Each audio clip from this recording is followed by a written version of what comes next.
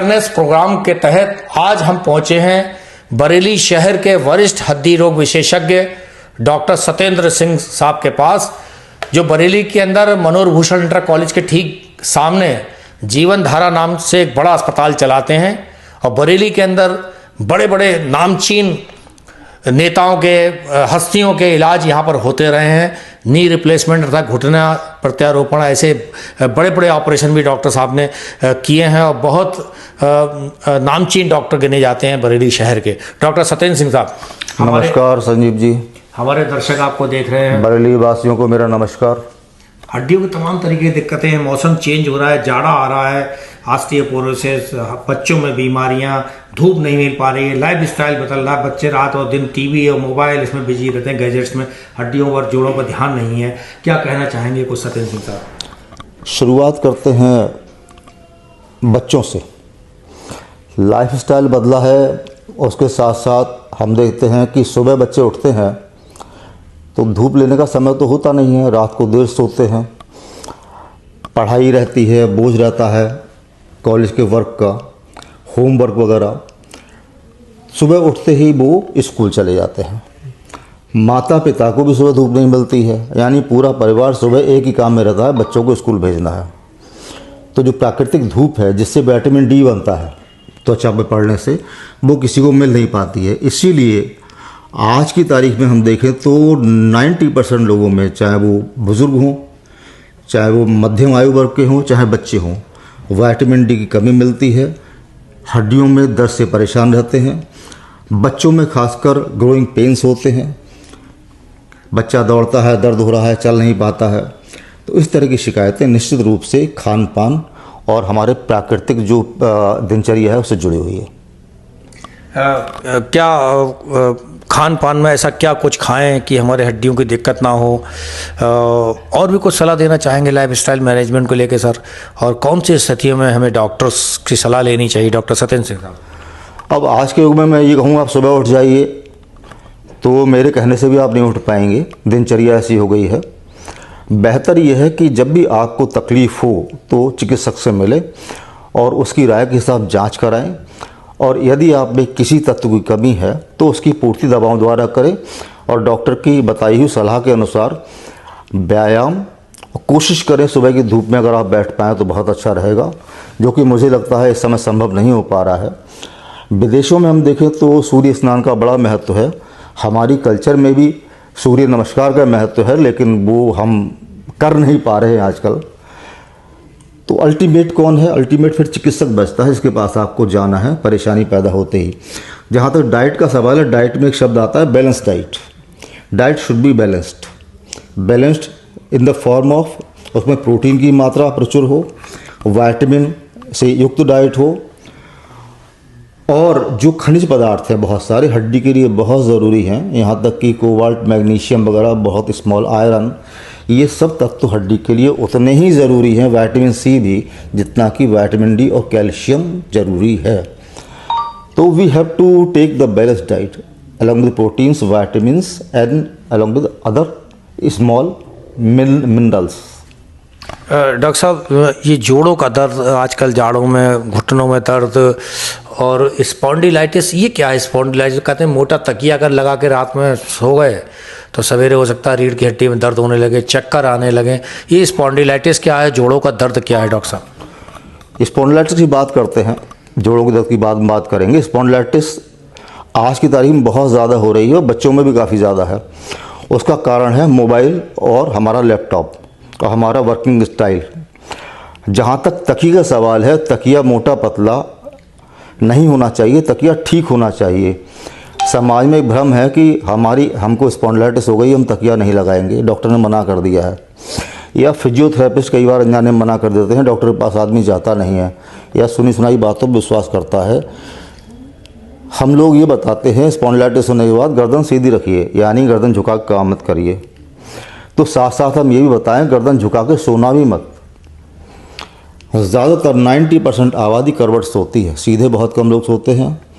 जो लोग करवट से सोते हैं उनको तकिया निश्चित रूप से लगाना चाहिए, और इतना मोटा लगाना चाहिए गर्दन उनकी सीधी रहे, ना ऐसे हो और ना ऐसे हो। तो तकिया बहुत इंपॉर्टेंट है। इसीलिए मार्केट में इस समय सर्वाइकल पिलो उपलब्ध हैं। जोड़ों का दर्द बताइए। अब जोड़ों के दर्द की बात करें, जोड़ों के दर्द के कारण विटामिन डी की कमी हो सकती है या फिर आर्थराइटिस हो सकती है। आर्थराइटिस बहुत प्रकार की होती है। कई बार सामान्य रूप से हम 3-4 जांचें कराते हैं और मरीज से कह देते हैं कि आपको आर्थराइटिस नहीं है, लेकिन ऐसा होता नहीं है। आर्थराइटिक पैनल एक जांच होती है, वो कराना चाहिए। उसमें भी 2 पैनल होते हैं, एक सस्ता होता है, एक महंगा होता है। यदि सामान्य जांचों में पता नहीं चल रहा है आर्थराइटिस है, तो फिर महंगा वाला पैनल जिसमें सारी गठिया की जांचें वो कराना चाहिए। बहुत से मरीजों में गठिया, यूरिक एसिड बढ़ने सामान्यता होता है। इसके अतिरिक्त ऑटो इम्यून डिसऑर्डर हैं, उनकी जांच जरूर होनी चाहिए। कई बार त्वचा रोग के जो रोगी होते हैं उनको भी गठिया घेर लेती है, जैसे सोराइसिस होती है जी जी जी। जिसमें बहुत सारे शरीर पे चकत्ते पड़ जाते हैं।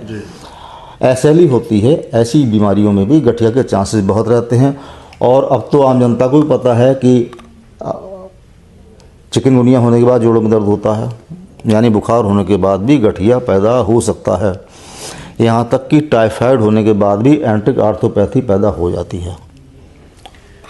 डॉक्टर साहब, एक ऑस्टियोपोरोसिस, हड्डी खोखली हो जाती है, ऐसा कुछ शायद हिंदी में लोग जानते हैं। ऑस्टियोपोरोसिस ये क्या बीमारी है डॉक्टर सत्येंद्र सिंह?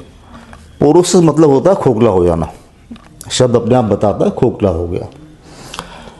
हड्डी की स्ट्रेंथ होती है, जैसा मैंने शुरू में आपको बताया, वो ये vitamin D, protein, calcium, minerals की कमी से होता है। और जो यंग जनरेशन है उसमें हम शब्द इस्तेमाल करते हैं ऑस्टियोपीडिया। ऑस्टियोपोरोसिस जो है वो ओल्ड एज में इस्तेमाल शब्द होता है। ऑस्टियोपोरोसिस एक ऐसी बीमारी है जिसमें कि शरीर में जो बनने की प्रक्रिया है, निर्माण की, वो कम हो जाती है। सेल्स को टूटने की प्रक्रिया उतनी ही रहती है। तो ऐसे में हड्डी का क्षय होने लगता है। और यदि किसी को हड्डी में पेन है और ऑस्टियोपोरोसिस डायग्नोसिस हो रही है, ब्लड टेस्ट द्वारा और डेक्सा स्कैन द्वारा, डेक्सा स्कैन एक रेडियोलॉजिकल जांच है, उसमें कन्फर्म पता चलता है कितने % हड्डी कमज़ोर है। तो उसमें फिर कारण ढूंढना चाहिए। खाली विटामिन डी और कैल्शियम खिलाने से ऑस्टियोपोरोसिस ठीक नहीं होगा। साथ में कई बार हमको पैराथायराइड, थायराइड हार्मोन टेस्ट करा करके ये टेरिपेप्टाइड इंजेक्शन भी लगाने पड़ते हैं, जिससे कि हड्डी के बनने की गति तेज़ हो जाए। कई बार हमको एनाबॉलिक स्टेरॉइड भी देना चाहिए। डिपेंड करता है मरीज को क्या आवश्यकता है। हर एक मरीज का इलाज एक ही चीज़ नहीं है। तो ये कन्फ्यूजन दूर होना चाहिए कि हमने कैल्शियम बहुत खाया, विटामिन डी बहुत खाया, फिर भी हमारी हड्डी कमज़ोर है, पता नहीं क्या हो गया। तो भ्रम दूर तब होगा जब डायग्नोसिस ठीक होगी। डॉक्टर सत्येंद्र सिंह के बारे में भी आप जानना चाहते होंगे। ये डॉक्टर सत्येंद्र सिंह कहाँ से पढ़ाई लिखाई करके आए हैं और कहाँ रहते हैं। इसके अलावा अगर हम इनसे मिलना चाहें, दर्शकों, तो आप भी सोच रहे होंगे, मान लो खुदा न खास्ता, भगवान ना करे कि आपके चोट लग जाए, फ्रैक्चर हो जाए, हड्डी में कोई दिक्कत आ जाए, कोई परेशानी, दिक्कत जोड़ों की है, तो डॉक्टर सत्येंद्र सिंह मिलेंगे कहाँ, कहाँ से पढ़ाई लिखाई करके आए हैं, ये भी जानना आप चाहते होंगे। दर्शक जानना चाहेंगे डॉक्टर सत्येंद्र सिंह। हाँ, बरेली वासियों, मैं आपको बताना चाहता हूँ कि मैं आपके ही ज़िले का रहने वाला हूँ। आंवला तहसील में है ग्राम गुरगाबा। ये बरेली ज़िले का सबसे बड़ा गांव है और ये मान्यता है कि ये गुरु द्रोणाचार्य के नाम पे बसाया गया है। ये हमारे जो मंत्री हैं श्री धर्मपाल जी, उनका गांव है गुरड़िया गौरी शंकर। उसके आगे गांव पड़ता है पिपलिया, उसके बाद है गुरगाबा, अलीगंज रोड पर पड़ता है। तो मेरा जन्म यहाँ हुआ, पालन पोषण बरेली में हुआ। इसके बाद KGMC लखनऊ से मैंने अपना MBBS और MS पूरा किया। सन 93 में मैं बरेली आया। सबसे पहले मैंने केशरता अस्पताल ज्वाइन किया और उसके बाद धीरे धीरे अपना अस्पताल बनवाया। और बरेली में हड्डी के क्षेत्र में ऐसा कोई ऑपरेशन नहीं है जो मेरे हाथों द्वारा ना हुआ हो। और मैं, ईश्वर कृपा रही है कि बड़े बड़े अधिकारियों और बड़े बड़े नेताओं के जटिल ऑपरेशन करने का सौभाग्य भी मुझे प्राप्त हुआ है। ये उनका विश्वास है हमारे ऊपर, और ये विश्वास यूँ ही कायम नहीं होता है, इसके लिए बहुत मेहनत करनी पड़ती है। डॉक्टर साहब, एक अलग हटके भी सवाल है। डॉक्टर साहब गाते बहुत बढ़िया है, आपको पता है दर्शकों? IMA में कई बड़े बड़े कार्यक्रम होते हैं, डॉक्टर साहब जब माइक संभालते हैं और ऐसे तराना छेड़ते हैं ऐसी पुरानी फिल्मों के कि आप सम्मोहित हो जाएंगे। डॉक्टर साहब को गायन का शौक़ कैसे लगा? गंभीर जी, मैं आपको बताना चाहता हूँ, डॉक्टर जो है मन से भावुक होता है और काम उसका बड़ा कठोर होता है। तो कठोर काम में जब तक भावुकता उसकी जागृत नहीं रहेगी तो अच्छा कार्य नहीं होगा, क्योंकि मेडिकल साइंस भी एक संगीत की तरह है जिसमें अच्छे वाद्य यानी अच्छी डायग्नोसिस, उसके साथ में अच्छा गायन यानी अच्छी दवाइयाँ, और उसके साथ साथ एक अच्छा माहौल यानी अच्छा अस्पताल, ये 3 चीज़ों की ज़रूरत पड़ती है। नर्सिंग केयर भी चाहिए होती है। तो गाने के शौक़ में मैं आपको बताऊं, इस समय मेरे बरेली आईएमए में एक आईएमए म्यूजिकल क्लब बना हुआ है। मेरे घर पे भी शुरुआत में गाने के वाद्यों का एक इंतज़ाम कमरा रहता था, लेकिन धीरे धीरे ये बीमारी मैंने पूरे डॉक्टरों को लगा दी है और इस समय लगभग 100 डॉक्टर आईएमए म्यूजिक क्लब के तत्वाधान में हर महीने एक मीटिंग करते हैं और अपना अपना गला साफ करते हैं। एक दिन हम आपको भी बुलाएंगे इसमें आनंद लेने के लिए। देखिए, ये थे डॉक्टर सत्येंद्र सिंह साहब। बहुत अच्छी विधा है संगीत, मन को शांत रखती है और एकाग्रता भी बढ़ाती है, थकान दूर हो जाती है। ऐसी तमाम संगीत के बारे में बातें हो सकती हैं। डॉक्टर सत्येंद्र सिंह साहब कह रहे हैं मैंने शुरुआत छोटी से संगीत से अपने घर से की थी, बाद में आज करीब 100 डॉक्टर्स हमारे संगीत के कार्यक्रम से जुड़ चुके हैं। ऐसे सत्येंद्र सिंह साहब से मुलाकात करने के बाद हम अपने आप को भी सौभाग्यशाली समझ रहे हैं। हमें लगता है दर्शकों आपको उनकी बात समझनी चाहिए और हड्डी की तमाम दिक्कतें आपकी दूर हो जाएंगी। अगर दिक्कत फिर भी आएगी तो डॉक्टर सत्येंद्र सिंह साहब बैठे हुए हैं आपके एक बात मैं और बताना चाहूँगा, आईएमए का अध्यक्ष रहा मैं 2019 में, और उसमें मैंने सबकी सहमति से 2 भूमि परचेज की, एक रामगंगा योजना में और दूसरी आईवीआरआई रोड पर। जो आईवीआरआई रोड पर ज़मीन ली गई थी उसका मकसद ये था कि हमारे बरेली में अस्पतालों की संख्या बहुत बढ़ रही है, राजेंद्र नगर साइड में बहुत बढ़ रही है, और बरेली में यदि कोई सबसे अच्छा ब्लड बैंक माना जाता है तो वो आईएमए का ब्लड बैंक है। उसी को दृष्टिगत रखते हुए, इधर अस्पतालों की संख्या को बढ़ते हुए देखते हुए, मरीज की परेशानियों देखते हुए जो प्रण हमने 2019 में लिया था ब्लड बैंक बनाने का, तो मैं बरेली वालों को खुशखबरी देना चाहता हूँ कि डॉक्टर आर.के. सिंह जो हमारे पिछले अध्यक्ष थे, उनके कार्यकाल में बरेली में आईवीआरआई रोड पर नए ब्लड बैंक का शुभारंभ हो चुका है, भूमि पूजन हो गया है, निर्माण चालू है, और उम्मीद है कि डॉक्टर अतुल श्रीवास्तव जी कार्यकाल में ये सौगात बरेली वासियों को मिलने वाली है। देखिए, ये थे डॉक्टर सत्येंद्र सिंह और जानकारी दे रहे थे किस तरीके से इंडियन मेडिकल एसोसिएशन का नया ब्लड बैंक बरेली के उत्तरी क्षेत्र में आईवीआरआई गेट के सामने मिलने जा रहा है। बहुत बहुत धन्यवाद डॉक्टर सत्येंद्र सिंह साहब, आपको समय, आपने जो अपना कीमती समय हमें दिया है, बहुत बहुत धन्यवाद सर। धन्यवाद। सभी बरेली वासियों को मेरा प्रणाम। आपको बहुत बहुत धन्यवाद।